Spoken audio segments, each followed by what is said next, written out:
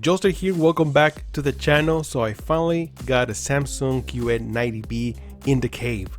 Now this is a 50-inch version, which is the first time I've ever seen Samsung including all the high-end features into their smaller models.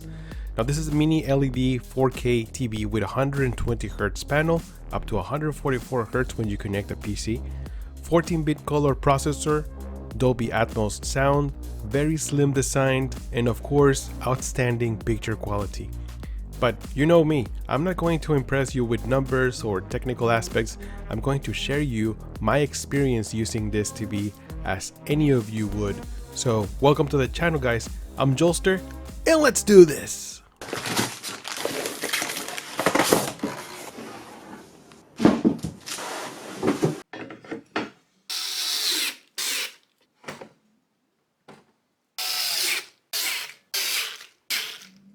Okay, so here is the back of the TV after I finished setting up the stand, which is quite heavy, but it keeps the TV very steady. Now the ports allocated on the right hand side includes two USB ports, optical port for audio, 4 HDMI 2.1 with EARC support, LAN for internet, EX link, and antenna.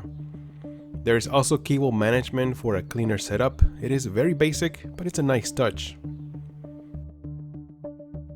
The base measures around 18 inches length by around 8 inches depth by a little less than 3 inches height, so you do have room for a low profile soundbar.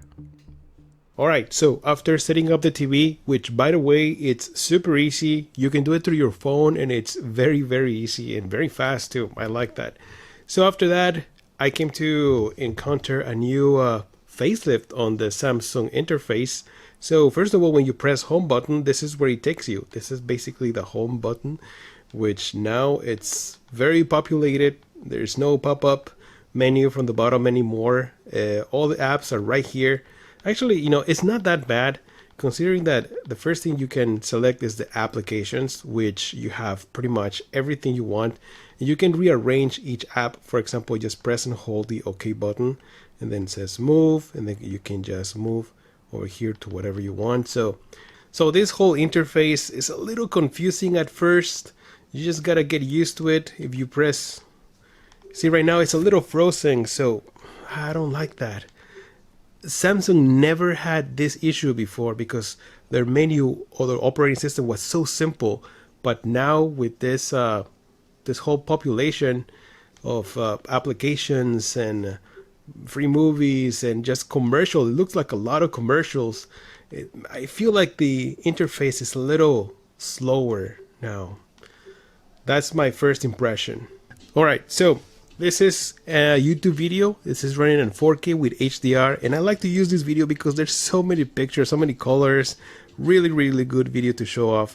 So first off, in order for you to go into the picture settings, there's this button on top left corner, and it has the 1, 2, 3 number and some colors on top. You have to press that button and it'll take you to this menu. So if usually it starts like this with the numbers, just press up, and this is how you can access the settings menu, which is really odd, but well, that's how it is now.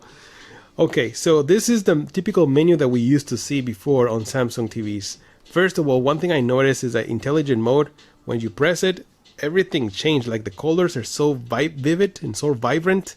It's just like unbelievable. If you want brightness, if you don't care about picture accuracy, you just want a bright picture, just turn on this intelligent mode and it'll enhance the picture, but the colors are just oversaturated in my opinion. I mean, they just don't look natural. Like this is movie mode, this is intelligent mode. I don't know if you guys can see that difference, but it's completely different. But what I do like is that the sound gets amplified and it sounds so nice. When I test it in movies, it sounds so much better, but it's just like the picture. It's ridiculously oversaturated. But let's go into the all settings real quick. I'm gonna go step by step. So as I said, I'm using movie settings, movie mode, expert settings, and here we have the menu, which is very similar to previous Samsung TVs. I like it because it's simple, it's easy to understand. So I just played around a little bit with the settings. This is what I have.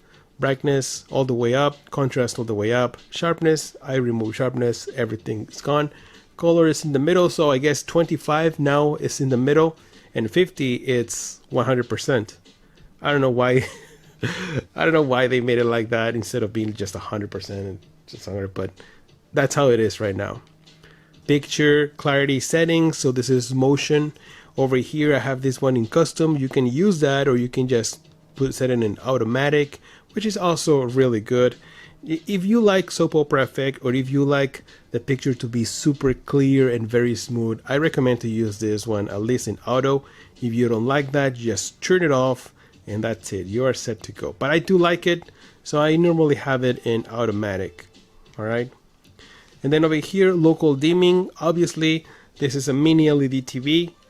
If you set it in low, actually, I don't see any difference right now. But what I do notice is that the picture gets brighter if you set it on high. So I usually recommend to set this one on high. Contrast enhancer. Now this makes a huge difference as well. If you set this one in low, you start noticing the picture gets dimmer as well. And in high, I think in high is way too much. That's why I have this one in low. Now over here, color tone. This one is usually in warm too, but to me it's just like the warm, or there's a lot of yellowish tone in there. I don't like it, so I think warm one is always and has been the sweet spot for me in color tone. Over here in gamma is 2084. The color space is in automatic. I like this one in automatic. Sometimes you give you the option of native. And as a matter of fact, actually native looks better. I feel like the colors have better. Oh yeah, definitely going to native. Colors look more natural. They have better color tone, better shadow details as well. Black levels on this TV, my god guys, black levels are insane. This is a VA panel and you get deep black levels. The contrast is excellent on this TV. Now let's check out content at an angle, because this is where you start seeing more blooming issues. And yes, apparently there is a little bit of blooming issues, but this is normal. This is a VA panel, so viewing angles are usually reduced. But let me tell you, so far it's very minimal. Let me turn off the lights so you guys can see a little bit more. You can actually see some reflections from my window, but the picture is so bright that it's like it doesn't even matter. The picture looks excellent. So for the dirty screen effect, I like to come over to ModernWise video. I don't see anything, honestly. This TV is very clean. Usually what you see is like spots, also vignette on the corners. This TV is very clean. I don't see any of that even in person. I like to report that this TV so far is it's very clear. So the Samsung TV Plus, I really like. They have so much content. If you press down, you can actually go to the menu. The only thing I don't like is the TV is kind of slow. As you guys been noticed, that is probably my biggest complaint about this TV. It's slow when opening other programs. Here is the guide for the Samsung TV Plus. And oh my god, there is so much content that you can see. So if you don't have a cable box, you probably won't even miss it. I mean, there's so much content here.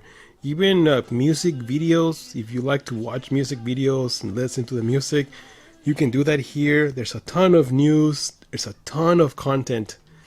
Alright guys, so far gaming looks insane. I mean, I'm playing Far Cry 6 right now, and this game looks absolutely gorgeous. It is super bright, and the colors are vibrant. I really liking this picture on this TV. I mean, HDR stands a lot, especially like games like this that are very bright and colorful. Man, you're gonna love this TV. So let me just show you real quick how this Samsung game bar works. What the heck? Alright, so you have to press and hold the play button on the remote controller from your TV. Press it and hold it, and then that's where you get the Samsung game bar. So right here you can see options like input lag. You also have different game picture settings Right now I'm using standard. I think it looks great. It's very bright and colorful.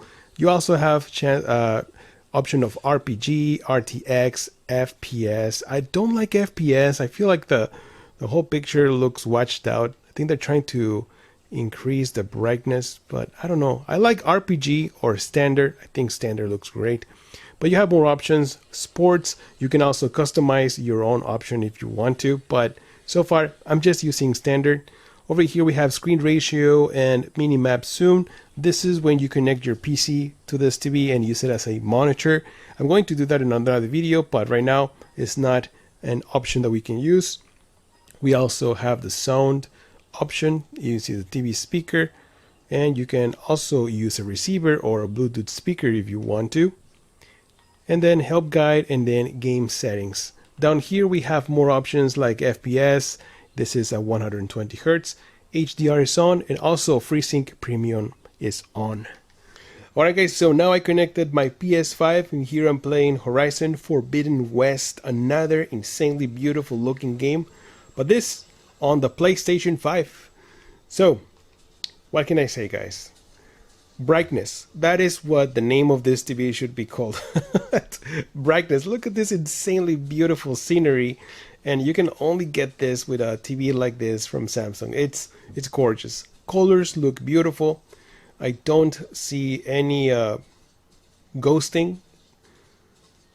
Everything looks absolutely to the point that you have to reduce brightness at certain point because it just gets so bright. So this is great for pretty much any environment. Even on a dark environment, still looks insanely bright, but you're going to really appreciate what this TV can do for gaming. It is insanely beautiful. The sound on this TV is also very good. I'm very impressed even how small this is. It is very loud and clear. It has Dolby Atmos support, so if you guys are interested in that. If you are relying on only the TV, this is okay. But obviously I would highly recommend to use at least a soundbar or a sound system to enjoy premium sound. But so far, out of this TV, it is insane.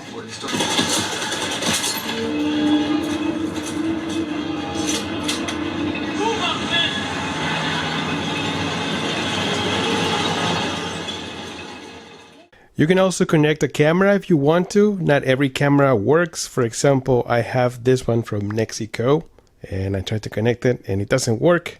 All you have to do is just plug it in through the USB port. So as soon as you connect the camera, you can actually see it right here that is working. Just get closer to the camera. You can see me recording a camera with another camera. Alright guys, so far I'm having a really good experience with this TV from Samsung. Remember, this is a QN90B. This is the 50-inch version. There is also a 43-inch version that I really wanted to test, but I got this one first. There's also in 55, 65. I mean, you can check out the Amazon link. I'm going to leave some links in the description of the video so you can check out different sizes and prices. But picture-wise, excellent. I'm really liking this TV. It's a big improvement. I think from previous model, it was also really good TV, but some people have problems with blooming issues. And this TV, it seems like Samsung just fixed all those little details. Now, what I don't like is the slow and sluggish operating system, or at least this interface. It's so slow. It's just a pain to just browse, to do little things. Right now I was trying to activate the voice activation, which is this button right here, and it just doesn't work. I already set it up with my Google Assistant and all of a sudden the picture just go black. It's just overall is sluggish and I don't like that. That is my biggest issue. But when it comes down to everything else, even including gaming, I mean, it just looks insane. I really like it. If you want to see more about gaming and everything, let me know what games you guys want to see. Leave a like, subscribe to the channel if you haven't. I have more videos with this to be coming out, comparisons with my LG C1 Oled. This is a 48-inch. So I'm going to do side-by-side comparisons with both of these TVs. It's going to be exciting. All right, guys, I'm Joester, and I'll see you guys on the next one. Joester out.